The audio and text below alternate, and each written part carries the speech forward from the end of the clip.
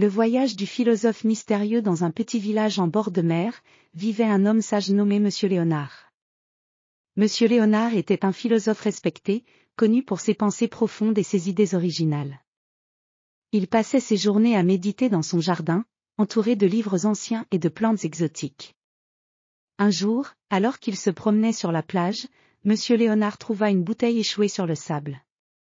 À l'intérieur de la bouteille se trouvait une lettre jaunie par le temps.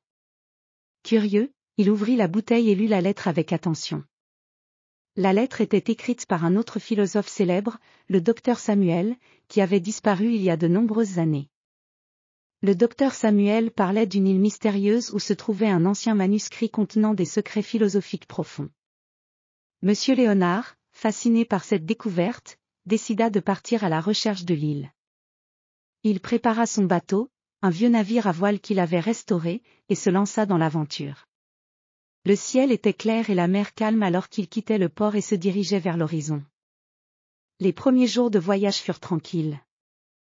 Monsieur Léonard observait les étoiles la nuit et méditait sur les vagues qui se brisaient contre la coque de son bateau.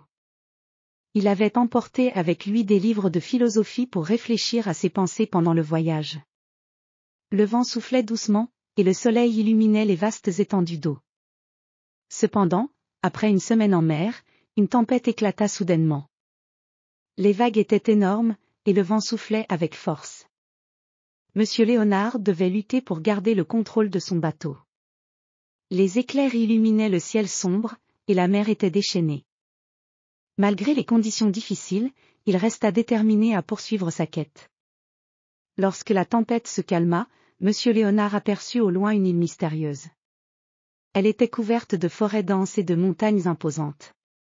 Avec un mélange de soulagement et d'excitation, il navigua vers l'île et accosta sur une plage de sable doré. L'île était magnifique mais étrange. Les arbres étaient gigantesques, et des brumes légères flottaient au-dessus du sol. Monsieur Léonard suivit un sentier sinueux à travers la forêt dense. Il marchait lentement, observant les plantes étranges et écoutant les sons mystérieux de la nature. Après plusieurs heures de marche, il arriva devant une vieille bibliothèque cachée dans la forêt. La bibliothèque était construite en pierre, avec des colonnes couvertes de lierre. Monsieur Léonard entra dans le bâtiment avec précaution. À l'intérieur, il trouva des étagères remplies de livres anciens et de manuscrits précieux. Au centre de la bibliothèque se trouvait un grand pupitre avec un manuscrit ancien posé dessus. Le manuscrit était couvert de poussière mais semblait très précieux.